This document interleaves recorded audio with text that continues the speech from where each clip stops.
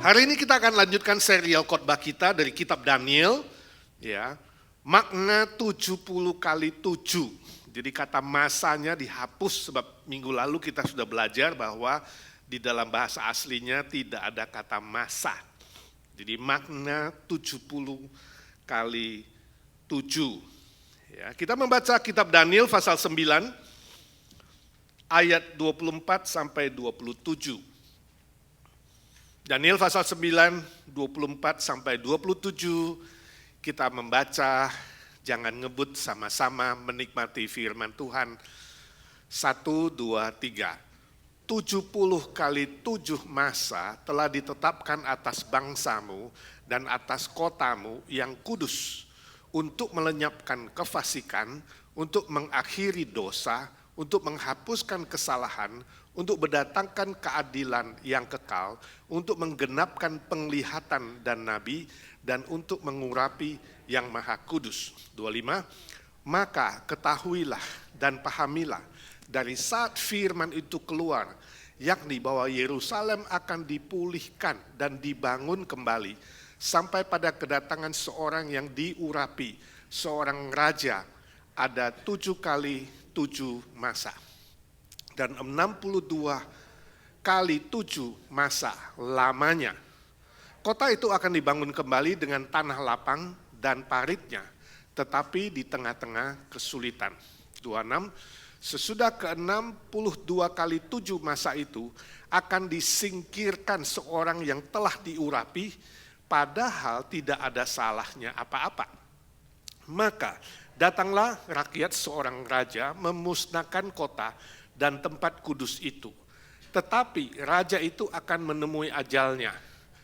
Dalam air bah dan sampai pada akhir zaman akan ada peperangan dan pemusnahan seperti yang telah ditetapkan. Ada bingung sedikit? Sulit dimengerti? Mari kita mohon pimpinan Roh Kudus. Bapa di sorga, kami tahu firman-Mu sungguh dalam dan kadang melampaui pikiran kami. Tapi kami tahu Tuhan memberikan firman Tuhan ada gunanya. Sebab itu kami minta Roh Kudus memberi kami pencerahan, supaya dengan pikiran terbatas ini kami boleh mengerti, dan Tuhan beri kami kekuatan bukan hanya bisa mengerti firman Tuhan, tapi juga melakukan firman Tuhan. Pakai hamba-Mu yang lemah, terbatas dan hina dina ini supaya jadi alat untuk membawa berkat bagi kami sekalian. Berdoa bersyukur dalam nama Tuhan Yesus, Juru Selamat kami yang hidup selama-lamanya. Amin. Saya yakin saudara pernah mendengar atau mungkin mengendarai atau punya mobil yang mereknya BMW. Tahu BMW? Tapi saya juga yakin bahwa tidak banyak orang tahu apa singkatan dari BMW. Saya sendiri pakai BMW, tapi saya nggak tahu singkatan sesungguhnya. Jadi kemarin saya lihat di website, di internet, itu bahasa Jerman. Memang sulit mengucapkannya, saya juga nggak tahu saya bacanya betul apa tidak. Bayerische Motorenwerke. Itu adalah mobil yang diproduksi di Bavarian, itu sebuah state di Jerman, ya, makanya disebut dengan BMW. Mungkin juga karena sulit menyebut singkatannya, lalu secara humoris BMW dijadikan banyak singkatan. Misalnya untuk kaum pria, BMW itu artinya bikin mabuk wanita. Untuk kaum wanita, BMW itu adalah big mouth woman, wanita yang banyak mulut, cerewet. Ya. Jadi kalau suamimu bilang, kamu kayak BMW, nah, jangan senang BMW itu big mouth woman.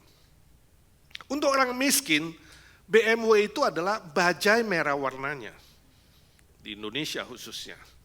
Dan untuk mereka yang alkoholik, BMW artinya banyak minum whisky. Saudara mungkin bisa karang sendiri, singkatan-singkatan lainnya. Yang mau saya bilang dari cerita humor ini adalah bahwa nubuat yang diterima oleh Daniel ketika Tuhan memberikan dia penglihatan melalui malaikat Tuhan, itu tidak gampang dimengerti. Khususnya di ayat 24 ada sebuah istilah yang maha kudus.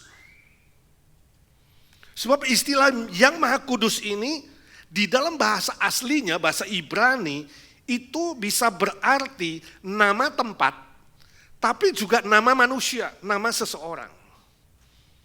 Jadi mana yang betul? Yang maha kudus itu adalah nama tempat, lokasi, dan kita yakin itu adalah Yerusalem, ya, kota yang kudus, tempat di mana bait suci ada. Tapi juga yang maha kudus bisa menunjuk kepada seseorang, pribadi. Yang kita yakin adalah nubuat tentang Yesus Kristus, yang maha kudus.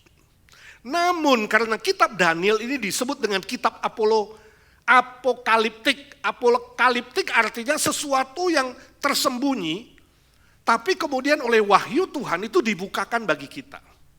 Kitab nubuat.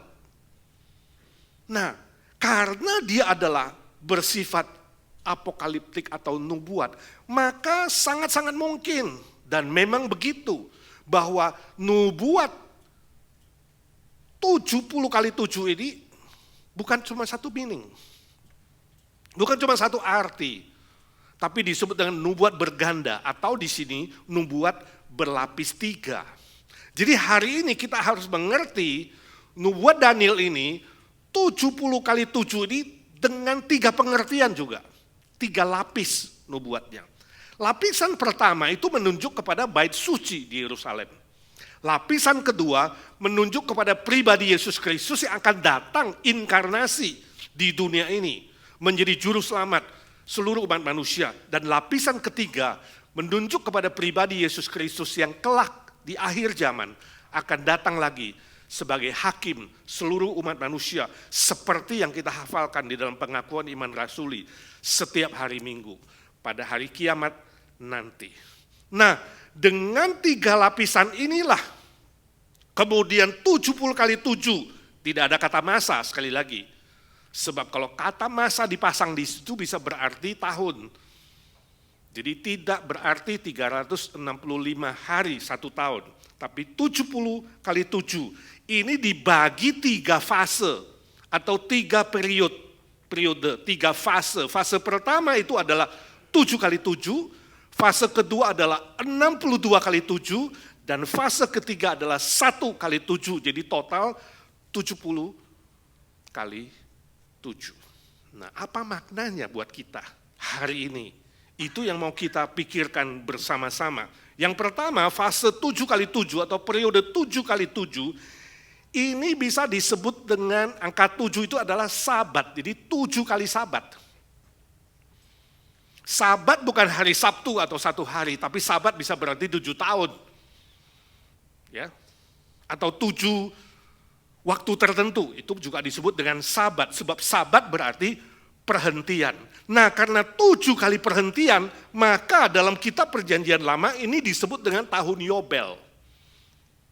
Tahun Yobel yaitu 7 kali 7 sabat. Yobel artinya tahun pembebasan. Contohnya kalau tanah saudara sudah ditanami ya 6 tahun, maka tahun ke-7 harus menjadi sabat. Dan kalau sudah 7 kali 7 tahun ya, maka tanah itu akan dibebaskan. Atau budak saudara pun sama. Begitu 7 kali 7 sabat, budak itu akan mengalami pembebasan.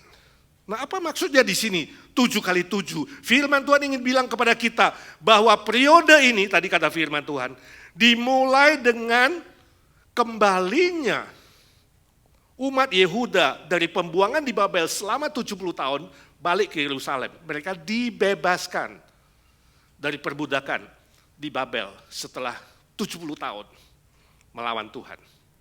Dan kini mereka boleh dibebaskan dan kembali ke tanah suci Yerusalem, membangun. Kapan itu terjadi?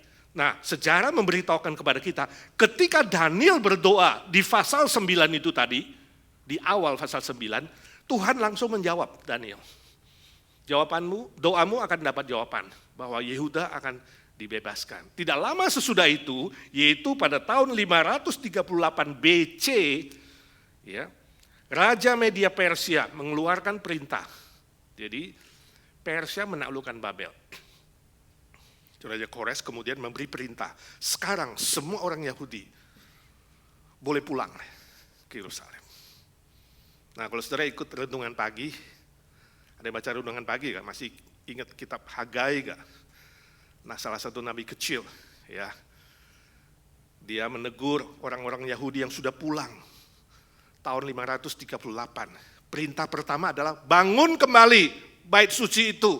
Mereka lalai, lupa. Memikirkan rumah sendiri, gak memikirkan rumah Tuhan selama 18 tahun. Kemudian Hagai menegur mereka supaya pembangunan bait suci segera dilakukan. Jadi baru tahun 520 lah menurut sejarah, ya, bait suci di Yerusalem dibangun kembali. Tapi belum beres, itu cuma satu sabat. Sabat berikutnya adalah, perhentian berikutnya adalah ketika orang Yahudi dibawa ke kepemimpinan Nehemia.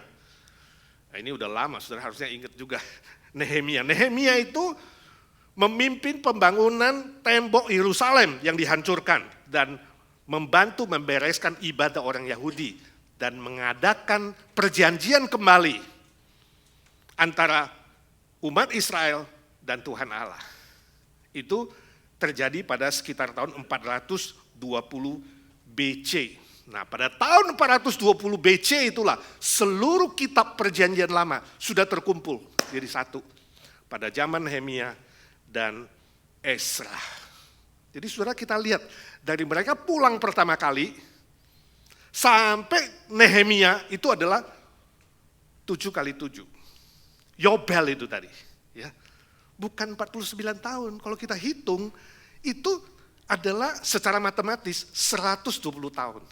Jadi sekali lagi, 7 kali 7 di situ bukan 49 tahun, tapi bisa menjadi 120 tahun sebab tidak ada kata masa di situ. Bukan soal hurufiah, tapi soal simbolik bahwa pembebasan pertama sampai pembebasan terakhir ketika seluruh kitab perjanjian lama disatukan di zaman Ezra dan Nehemia itu 120 tahun. Itu disebut satu Yobel. Saudara nangkep gak? Itu sebabnya kita menolak tafsiran dari kaum dispensasi yang mengatakan itu harus 49 tahun. Ternyata sejarah membuktikan tafsiran dispensasi itu sangat-sangat keliru. Nah, apa aplikasinya untuk kita hari ini? Kita sangat bersyukur kepada Tuhan kita yang setia di dalam cinta kasih-Nya dan setia di dalam keadilannya. Tidak selama-lamanya Tuhan kita itu marah dan menuntut, tapi Dia menyediakan Yobel, Dia menyediakan sabat perhentian, Dia menyediakan pembebasan kepada siapapun manusia yang mau berbalik datang kepada Tuhan. Tuhan memberikan kesempatan kedua. Selalu bagi Tuhan ada kesempatan kedua untuk dibebaskan dan dipulihkan. Amin. Jadi tahu apakah hari ini saudara sudah keluar dari jalur Tuhan? Keluar dari jalur kebenaran Tuhan. Ingat, Tuhan selalu membuka tangannya dan mengundang engkau. Mari, balik kembali. Mari, kamu akan dipulihkan dan dibebaskan. Khususnya bagi saudara yang sudah menyimpang dari jalan Tuhan, kembalilah kepada Tuhan Yesus. Sebab Dia selalu ada pengampunan, di dalam Dia selalu ada pembebasan dan berkat pemulihan. Amin. Saudara mengerti gak kenapa salib kita ini ya agak turun ke depan? Dulu ada 1-2 orang tanya, tapi yang lain gak pernah tanya. Tapi saudara ngerti gak, saya pernah jelaskan sekali, kenapa kita punya salib ini gak nempel di dinding. Ya, salibnya dari atas sampai ke bawah, menyentuh lantai, itu adalah kasih Tuhan. Dari langit turun sampai ke bumi, gak tergantung. Salibnya gak tergantung, tapi membumi, datang kepada kita. Dan salib Kristus ini, simbol salib Kristus ini sengaja dibuat maju ke depan. Artinya apa? Tuhan mau menjangkaumu. Tuhan mengundangmu. Tuhan mau menarikmu. Mari kembali, anakku, kau yang sudah menyimpang. Mari kembali, sebab di dalam Kristus selalu ada pengampunan. Saudara lihat kenapa salibnya hitam? Sebab di situ terpaku seluruh dosa kita. Dan kemudian ada silver, itu lambang kesucian dan pemulihan. Amin. Jadi lain kali kalau ada yang tanya, kenapa salibnya kok nggak mepet ya? Itu ada meaningnya, saudara. Artinya, saya baca sebuah cerita suatu hari seorang guru, ya, dia mau ngajarin anak-anaknya di sekolah. Dia beri tugas PR, ini sekolah Alkitab. Dia minta murid-muridnya itu membawa sebuah kantong plastik ke kelas. Lalu gurunya sudah sediakan cukup banyak kentang-kentang, ya. Lalu dia tanya anak-anak, apakah di dalam hidup kamu ada orang-orang yang kamu belum bisa maafkan, belum bisa kamu ampuni, yang kamu kesel, yang kamu benci, ya. Semua tentu ada. Lalu dia katakan, oke, kalau satu orang yang kamu belum bisa ampuni dan maafkan, yang kamu benci, ini satu kentang kasih kamu, tulis namanya, tulis tanggalnya kapan kamu berselisih dengan dia dan kamu gak bisa ampuni dia, tulis. Jadi ada yang dapat 3 kentang, ada yang dapat 5 kentang, ada yang 7 kentang. Dan gurunya mengatakan, PR ini 1 minggu. Saya ingin kamu kemana-mana membawa kentang itu bersamamu. Ke ruang makan, bawa kentang. Ya, jalan-jalan, bawa kentang. Pulang rumah, bawa kentang. Mau tidur, taruh di sisimu kentang itu. Mau ke toilet, bawa dia ke toilet. Kentang itu dibawa. Ya. Ternyata 1 hari masih oke, tapi 2 hari, 3 hari mereka mulai mengeluh. Wah, ini kentang bikin repot ini, ya. Gurunya mengatakan kecuali kamu bisa mengampuni, maka kentangnya boleh dikurangi. Saudara, apa yang terjadi setelah 1 minggu selesai? Semuanya mengeluh. Ini berat, Pak. Ya, ini kentang bukan hanya berat, tapi hari keempat sudah mulai membusuk dan ada baunya, gak enak. Mungkin gurunya ambil kentang yang gak terlalu bagus kali. Jadi belum berapa hari sudah bau busuk. Tapi mereka harus pikul itu. Sudah tahu apa makna? Gurunya mengatakan ini sebuah perumpamaan untuk mendidik kalian. Bahwa mengampuni itu sebenarnya lebih indah. Memaafkan itu sebenarnya lebih ringan dibanding kamu memikul beban. Benci, pahit, sakit hati, kemarahan, kekesalan di dalam hatimu, kemana-mana. Tuhan Yesus sudah memberikan kesempatan kedua, supaya kita belajar mengampuni, karena kita semua diberi pengampunan, betul gak? Saudara punya gak orang-orang yang saudara benci, gak suka, lihat mukanya sudah gak mau? Ya, dulu saya ketemu satu ibu di gereja lama. Dia bilang, waktu saya tanya, Bu, kenapa gak mau ke gereja lagi? Saya malas lihat muka ibu itu. Kenapa? Gak tahu, saya benci, pokoknya benci banget. Jadi kalau dia ada, gue gak mau ada. Jadi saya harap Bapak mengerti, kalau dia ke kiri, gue ke kanan. Kalau dia ke barat, saya ke timur. Dia ke utara, gue ke selatan. Jadi Ibu, kalau dia ke sorga, Ibu mau kemana? Mau ke neraka? Kan enggak kan? Suatu hari kan ketemu di sorga kan? Jadi mari belajar saling menerima. Mari belajar saling mengampuni. Kadang kita pikir, orang yang saya maafkan enak aja dia ya, gue maafin dia. Kita pikir kalau kita memaafkan orang lain, itu untuk kebaikan orang lain, padahal apa? Sebenarnya waktu saudara bisa memaafkan, itu untuk kebaikan saudara sendiri, betul? Sebab saudara melepaskan, membebaskan kepahitan, sakit hati, kemarahan, stres, dan semua beban berat di dalam hati dan jiwamu. Dan itu akan menyembuhkan saudara. Mari dari makna pertama ini, ketika Tuhan memberi kesempatan kedua untuk pembebasan dan pemulihan, saudara mari belajar meminta maaf kalau saudara bersalah. Jangan menyimpan kepahitan dan menyimpan kekerasan hati itu. Dan belajar memaafkan kalau orang lain yang bersalah kepadamu. Memaafkan dengan tulus. Gak usah mengatakan, gue maafin ya tapi, nah kalau udah pakai tapi saudara gak pernah selesai saudara. Ya, gak ada tapi.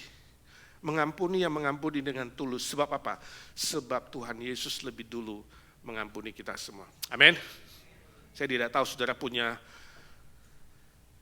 tanda kutip musuh atau orang yang saudara benci kah? Ingat, itu sebuah kentang busuk yang kau bawa setiap hari. Baik kamu tidur, kamu makan, kamu jalan, kamu kemana.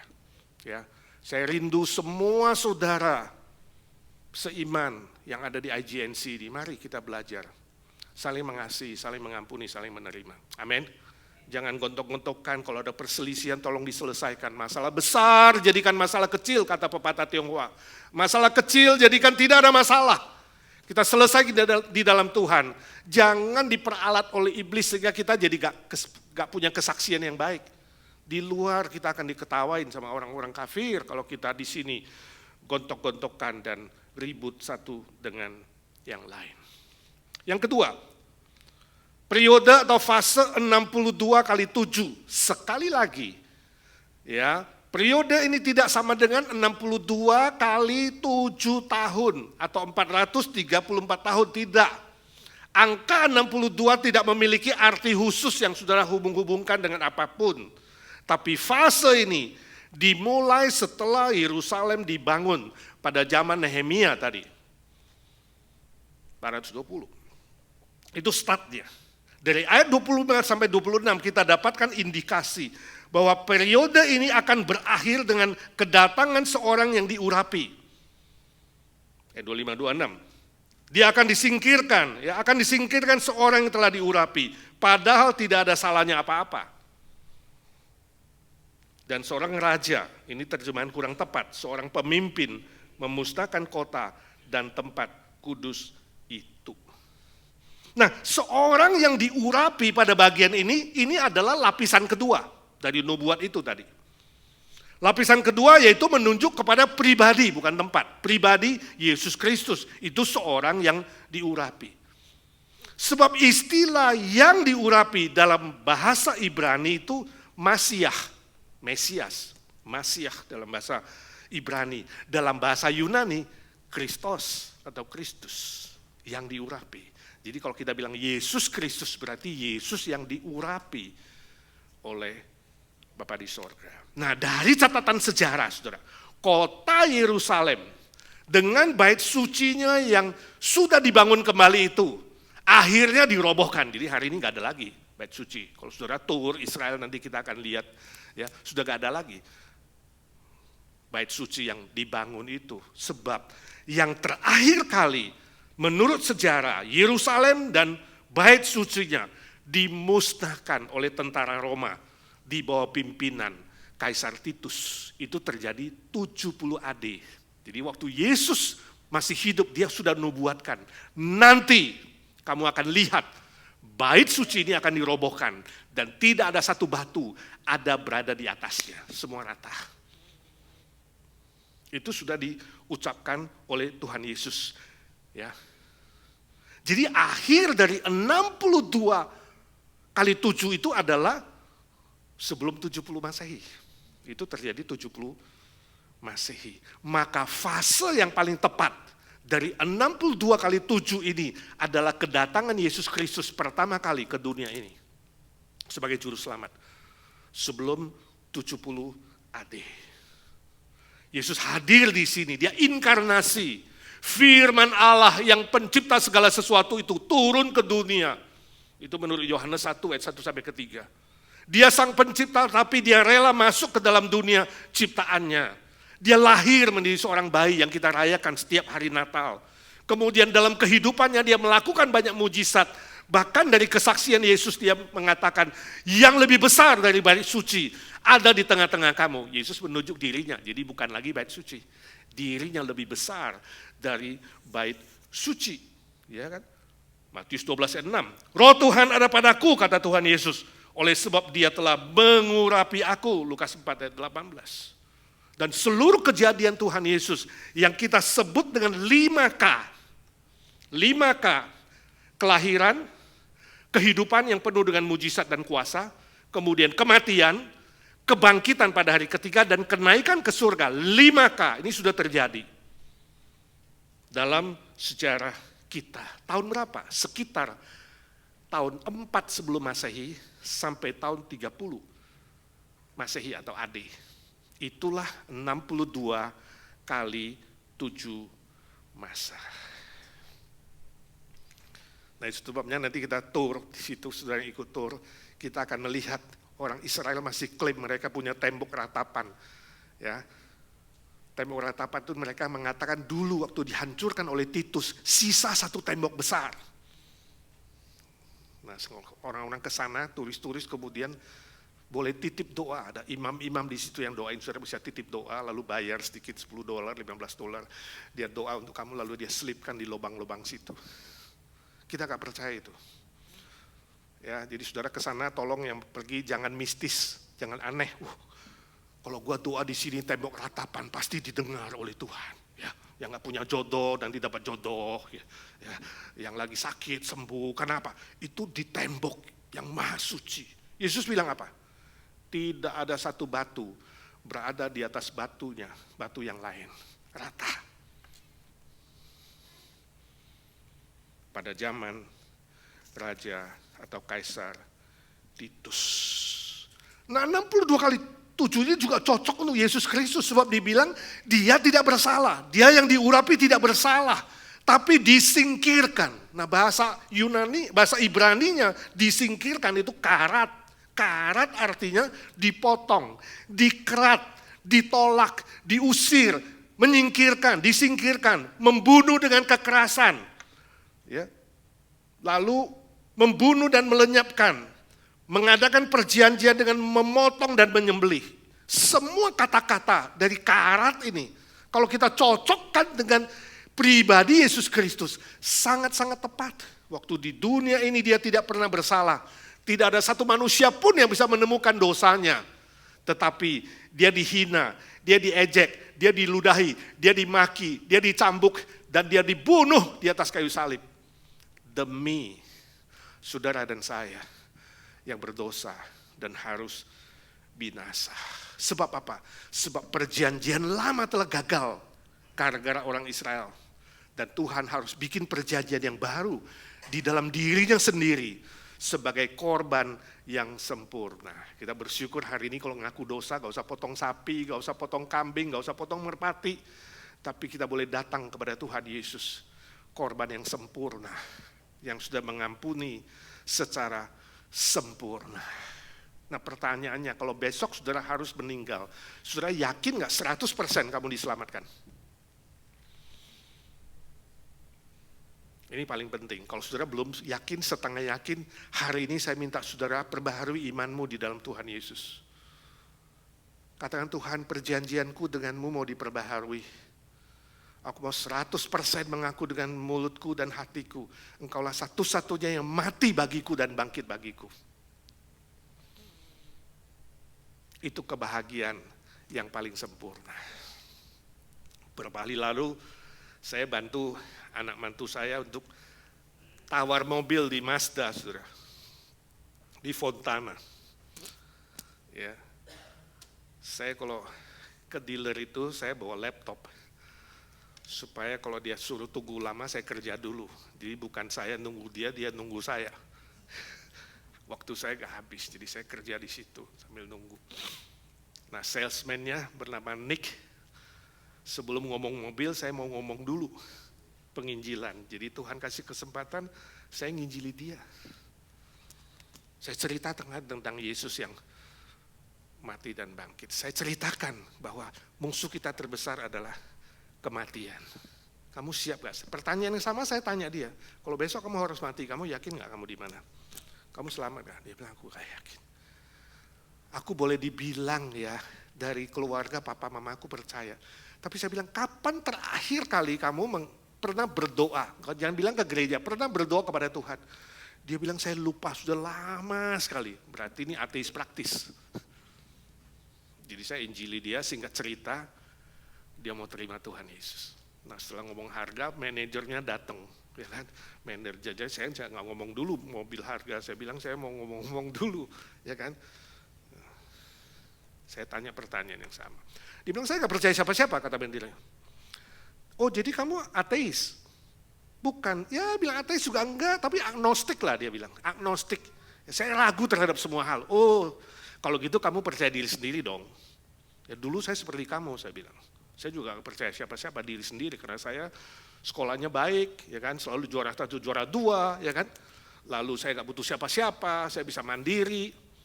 Tapi ada satu hal yang aku tidak bisa kalahkan di dunia ini. Loh, apa itu? Saya bilang kematian. Kamu tahu nggak kapan mati datang menjemputmu? Kalau menjemputmu siap nggak? Nah, jadi malah nginjili sudah, kita nggak ngomong mobil, ngomong pribadi. Ya, dia nggak sampai percaya manajernya, tapi dia bilang dia berpikir betul. Saya bilang saya nggak bisa mengalahkan maut. Itu satu aja musuhku yang terbesar cuma satu, maut. Dan waktu saya belajar sejarah, saya tahu ada satu orang yang bangkit pada hari ketiga, Yesus Kristus. Sampai hari ini nggak ada yang bisa menyangkal dan kuburnya kosong. Itu fakta sejarah. Suka atau tidak suka, seluruh dunia menerima dan mengakui. Dia bilang, oh iya aku gak pernah mikir itu. Saya bilang, nah sekarang kamu pikir. Kalau suatu hari kamu gak bisa mengalahkan maut, engkau membutuhkan Yesus Kristus. Saudara, saya ingin hari ini saudara punya hati yang mulai ya berani untuk bercerita karena kamu mengalami. Izinkan saya tanya, sungguh gak kamu mengalami bahwa salib Kristus mengampuni kamu dan kebangkitan Kristus menjamin keselamatanmu? Kamu yakin gak sih, mengalami gak sih? Kalau tadi kamu bilang 100% aku yakin aku besok mati pasti selamat.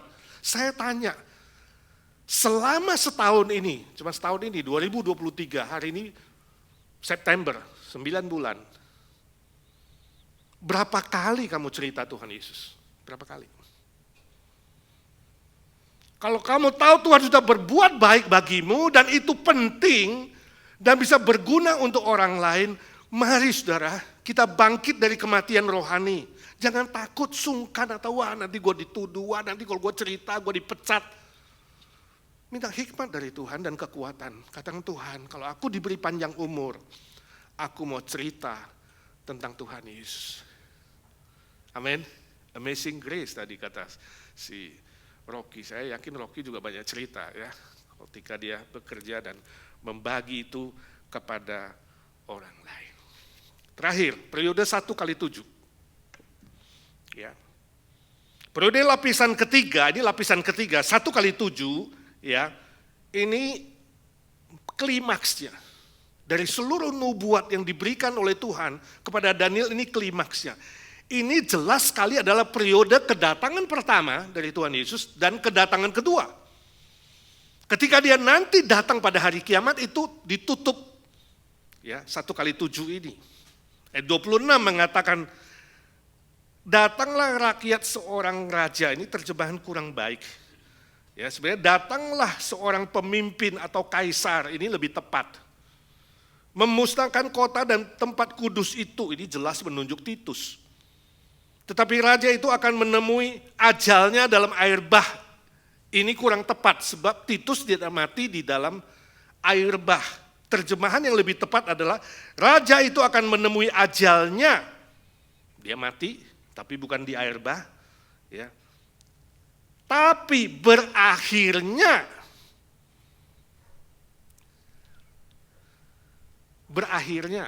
bukan dalam air bah, berakhirnya akan seperti air bah atau banjir. Ini terjemahan bahasa Ibraninya. Nah, berakhirnya itu istilahnya itu bukan menunjuk kepada si Titus, tapi itu menunjuk kepada peristiwa serangan Titus yang sangat besar itu. Peristiwa serangan Titus dan seluruh tentara Roma yang menghancurkan Yerusalem dan bait suci yang diratakan dengan tanah itu sangat-sangat besar, seperti air bah yang menghanyutkan seluruh Yerusalem, seperti banjir yang besar. Jadi di situ menunjuk peristiwa penyerangan Kaisar Titus yang terjadi pada tahun 70 AD. Ini persis seperti yang dikatakan dalam nubuat Tuhan Yesus di Matius pasal 24. Jadi sabat yang terakhir akan ditutup pada kedatangan Kristus kedua kali nanti pada hari kiamat. Ya. Dan saudara tanya, berapa panjang Pak yang 1 kali 7 ini sekali lagi tidak bisa ditafsir karena hurufiah, gak ada yang tahu. Yang pasti hari ini kita hidup pada fase ini, periode ini. Ya. Yang pasti dikatakan pada fase ini akan ada banyak kesusahan, ada banyak penderitaan, ada banyak peperangan, sakit penyakit, balaka laparan, ya, penderitaan besar. Bahkan nanti klimaksnya adalah perang Harmagedon, perang yang terakhir ketika antikristus dan antek-anteknya datang ke dunia ini. Dan menurut Yesus di Matius 24, kalau tidak demi orang percaya, waktu itu akan sangat-sangat sulit dan sangat-sangat berat. Tapi demi orang percaya, waktunya akan diperpendek. Saya nggak tahu berapa lama. Diperpendek. Jadi belum tentu penderitaan dari perang Harmagedon yang ditafsirkan 7 tahun itu, belum tentu 7 tahun. Bisa mungkin cuma 1 tahun. Kalau seluruh negara-negara besar yang pemimpin-pemimpin gila memakai nuklir, memakai kimia, memakai senjata biologis, saya yakin perang nggak sampai setahun, habis seluruh dunia. Itu yang akan terjadi. Pada akhir periode ini, seluruh bumi dan langit akan terbakar habis oleh api menurut surat Petrus. Kemudian kita akan masuk sebuah periode yang baru sama sekali, itu sabat yang baru, sabat yang kekal, perhentian yang kekal. Wahyu mencatat di pasal 21, Tuhan akan menurunkan langit dan bumi yang baru. Ya, akan menurunkan langit dan bumi yang baru, Yerusalem baru, turun dari sorga, dan bait sucinya bukan gedung, tapi bait sucinya adalah Allah Bapa sendiri yang Maha Kudus dan anak domba, yaitu Yesus Kristus. Wahyu 21 ayat 22. Saudara, kita sedang menantikan kedatangan Yesus kedua kali. Mari kita hidup dengan berjaga-jaga dan bersiap sedia anytime Tuhan panggil.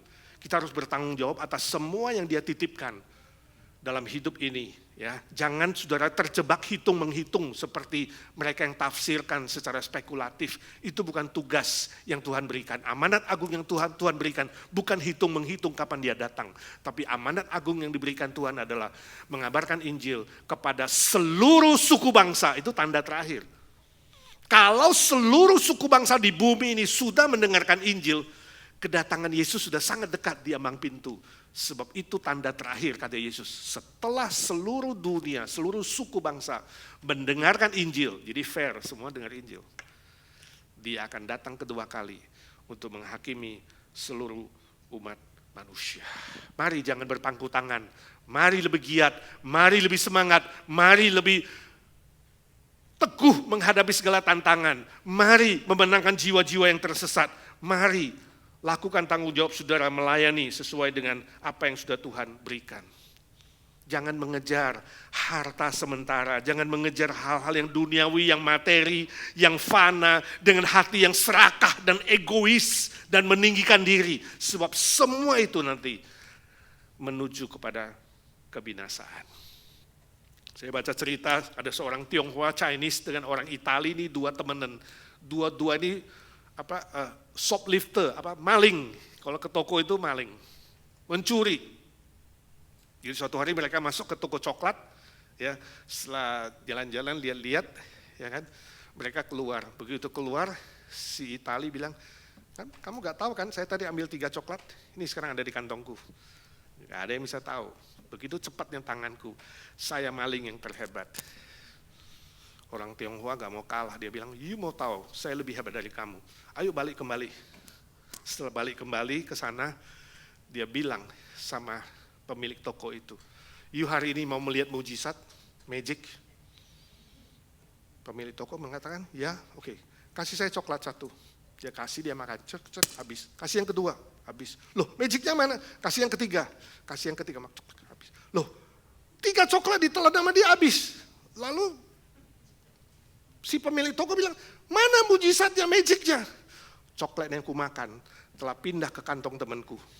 You periksa, di kantong temanku ini ada 3 coklat tadi. Jadi temannya dijebak. Pintar siapa? Maling. Chinese apa Itali lebih pintar maling? Saudara, ini hanya humor.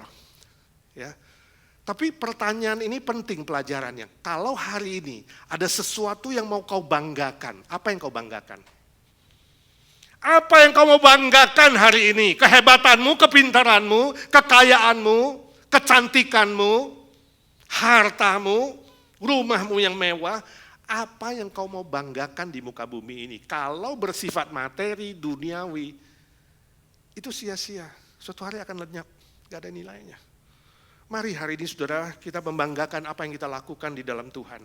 Hanya mereka yang melayani Tuhan dengan baik dan setia, itu boleh berbangga suatu hari ketika Yesus datang mengatakan, mari hambaku yang baik dan setia, masuklah ke dalam kebahagiaan Tuhanmu selama-lamanya, menikmati sorga yang mulia dan kekal abadi. Amin. Mari kita doa.